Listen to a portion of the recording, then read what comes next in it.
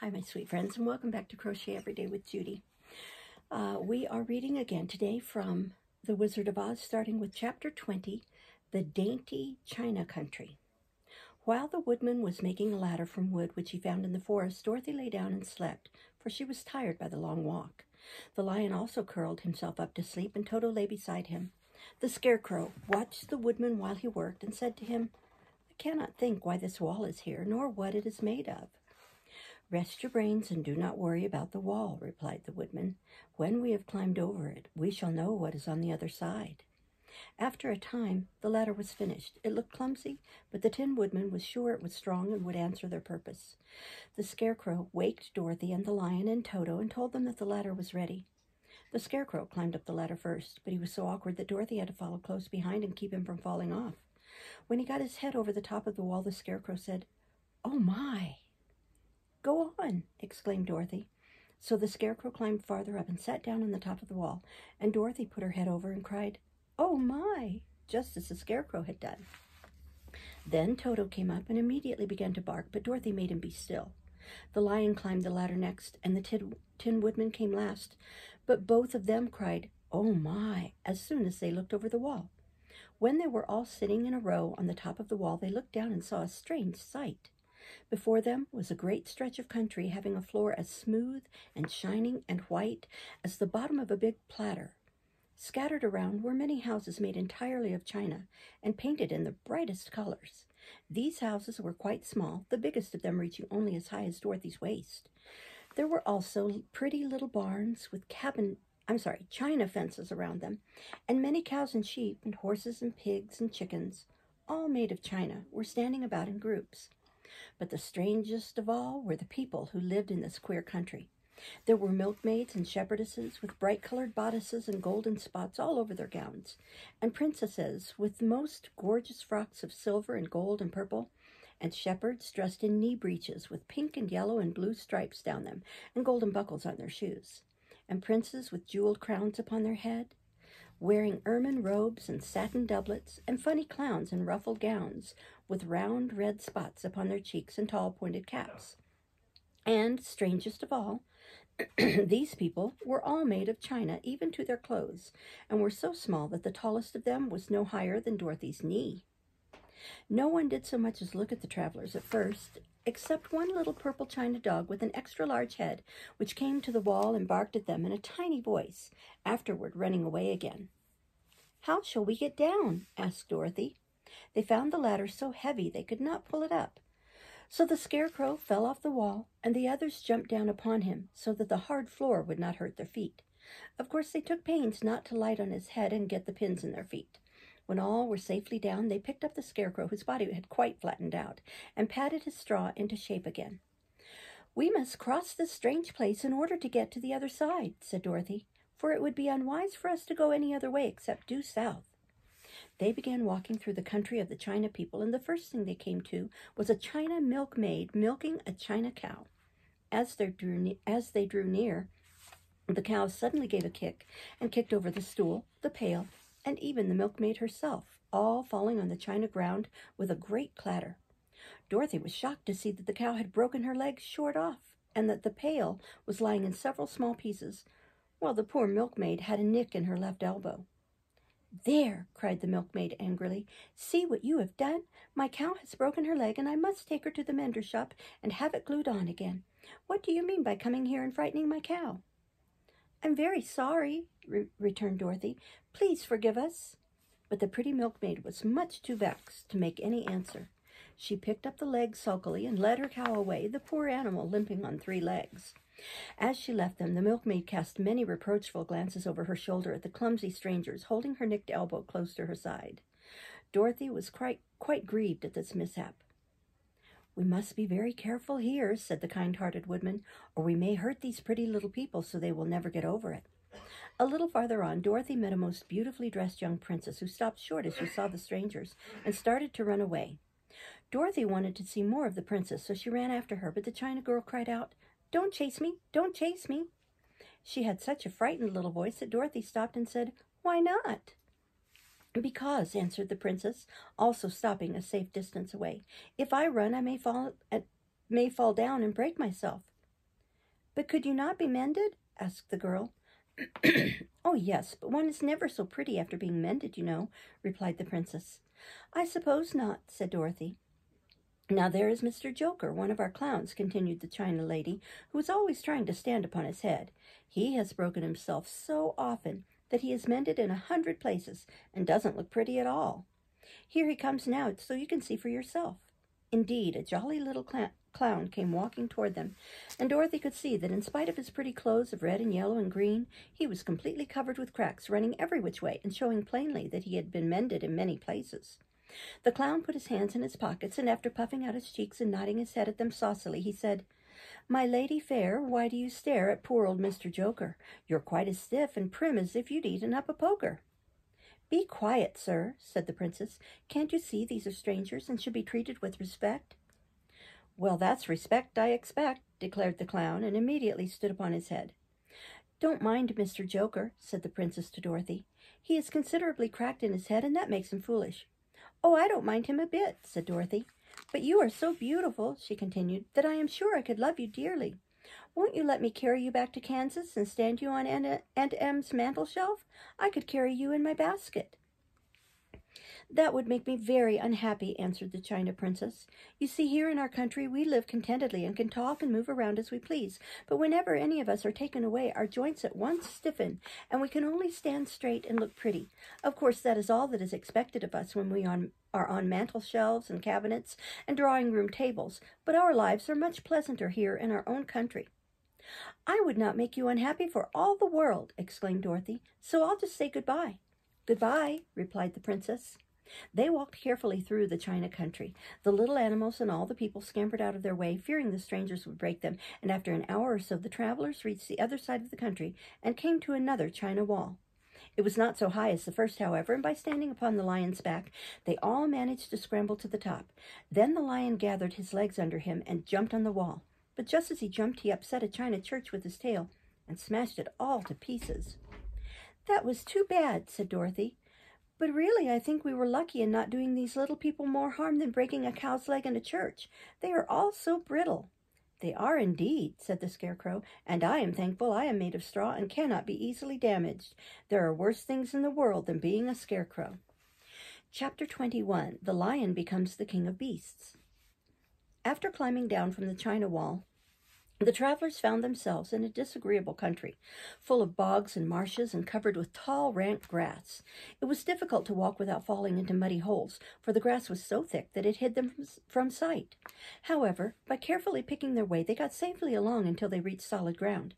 But here the country seemed wilder than ever, and after a long and tiresome walk through the underbrush, they entered another forest where the trees were bigger and older than any they had ever seen. This forest is perfectly delightful, declared the lion, looking around him with joy. Never have I seen a more beautiful place. It seems gloomy, said the Scarecrow. Not a bit of it, answered the lion. I should like to live here all my life. See how soft the dried leaves are under your feet and how rich and green the moss is that clings to these old trees.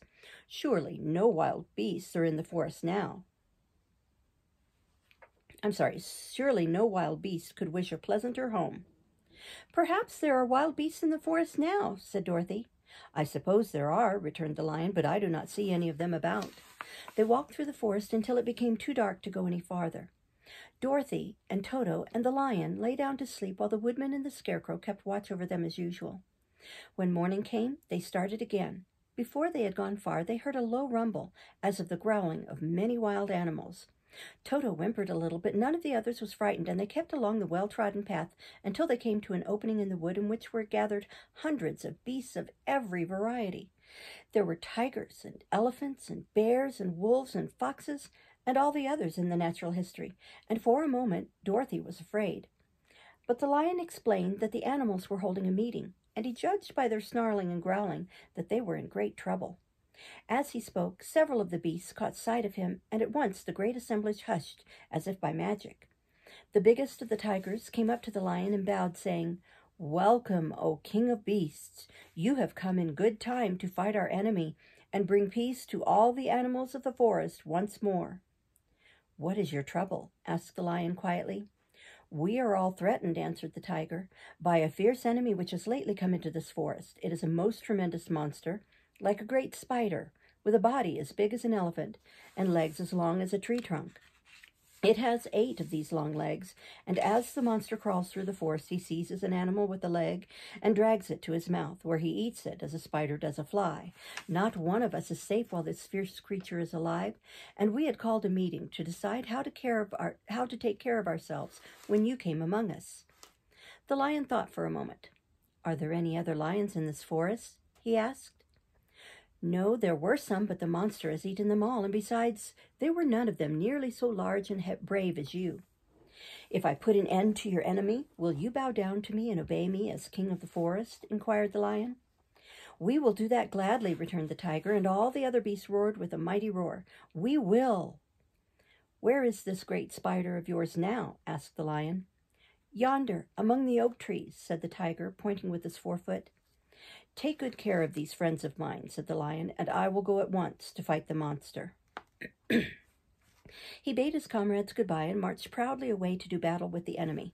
The great spider was lying asleep when the lion found him, and it looked so ugly that its foe turned up his nose in disgust. Its legs were quite as long as the tiger had said, and its body covered with coarse black hair. It had a great mouth with a row of sharp teeth a foot long, but its head was joined to the pudgy body by a neck as slender as a wasp's waist. This gave the lion a hint of the best way to attack the creature, and as he knew it was easier to fight it asleep than awake, he gave a great spring and landed directly upon the monster's back. Then with one blow of his heavy paw, all armed with sharp claws, he knocked the spider's head from its body. Jumping down, he watched it until the long legs stopped wiggling, when he knew it was quite dead. The lion went back to the opening where the beasts of the forest were waiting for him and said proudly, "You need fear your enemy no longer." Then the beasts bowed down to the lion as their king, and he promised to come back and rule over them as soon as Dorothy was safely on her way to Kansas. Chapter 22, The Country of the Quadlings. The 4 travelers passed through the rest of the forest in safety, and when they came out from its gloom, saw before them a steep hill covered from top to bottom with great pieces of rock. "That will be a hard climb," said the Scarecrow, "but we must get over the hill nevertheless." So he led the way and the others followed. They had nearly reached the first rock when they heard a rough voice cry out, "Keep back!" "Who are you?" asked the Scarecrow. Then a head showed itself over the rock, and the same voice said, "This hill belongs to us, and we don't allow anyone to cross it." "But we must cross it," said the Scarecrow. "We're going to the country of the Quadlings." "But you shall not," replied the voice, and there stepped from behind the rock the strangest man the travelers had ever seen. He was quite short and stout and had a big head, which was flat at the top and supported by a thick neck full of wrinkles. But he had no arms at all, and seeing this, the Scarecrow did not fear that so helpless a creature could prevent them from climbing the hill. So he said, "I'm sorry not to do as you wish, but we must pass over your hill, whether you like it or not," and he walked boldly forward. As quick as lightning, the man's head shot forward and his neck stretched out until the top of the head, where it was flat, struck the Scarecrow in the middle and sent him tumbling over and over down the hill. Almost as quickly as it came, the head went back to the body, and the man laughed harshly as he said, "It isn't as easy as you think." A chorus of boisterous laughter came from the other rocks, and Dorothy saw hundreds of the armless hammerheads upon the hillside, one behind every rock. The lion became quite angry at the laughter caused by the Scarecrow's mishap, and giving a loud roar that echoed like thunder, he dashed up the hill. Again, a head shot swiftly out, and the great lion went rolling down the hill as if he had been struck by a cannonball. Dorothy ran down and helped the Scarecrow to his feet, and the lion came up to her, feeling rather bruised and sore, and said, "It is useless to fight people with shooting heads. No one can withstand them." "What can we do then?" she asked. "Call the winged monkeys," suggested the Tin Woodman. "You have still the right to command them once more." "Very well," she answered, and putting on the golden cap, she uttered the magic words. The monkeys were as prompt as ever, and in a few moments the entire band stood before her. "What are your commands?" inquired the king of the monkeys, bowing low. "Carry us over the hill to the country of the Quadlings," answered the girl. "It shall be done," said the king, and at once the winged monkeys caught the 4 travelers and Toto up in their arms and flew away with them. As they passed over the hill, the hammerheads yelled with vexation and shot their heads high in the air, but they could not reach the winged monkeys, which carried Dorothy and her comrades safely over the hill and set them down in the beautiful country of the Quadlings. "This is the last time you can summon us," said the leader to Dorothy, "so goodbye and good luck to you." "Goodbye, and thank you very much," returned the girl, and the monkeys rose into the air and were out of sight in a twinkling. The country of the Quadlings seemed rich and happy. There was field upon field of ripening grain, with well-paved roads running between, and pretty rippling brooks with strong bridges across them. The fences and houses and bridges were all painted bright red, just as they had been painted yellow in the country of the Winkies, and blue in the country of the Munchkins. The Quadlings themselves, who were short and fat and looked chubby and good-natured, were dressed all in red, which showed bright against the green grass and the yellowing grain. The monkeys had set them down near a farmhouse, and the four travelers walked up to it and knocked at the door. It was opened by the farmer's wife, and when Dorothy asked for something to eat, the woman gave them all a good dinner with 3 kinds of cake and 4 kinds of cookies and a bowl of milk for Toto. "How far is it to the castle of Glinda?" asked the child. "It is not a great way," answered the farmer's wife. "Take the road to the south and you will soon reach it." Thanking the good woman, they started afresh and walked by the fields and across the pretty bridges until they saw before them a very beautiful castle. Before the gates were 3 young girls dressed in handsome red uniforms trimmed with gold braid, and as Dorothy approached, one of them said to her, "Why have you come to the South Country?" "To see the good witch who rules here," she answered. "Will you take me to her?" "Let me have your name, and I will ask Glinda if she will receive you."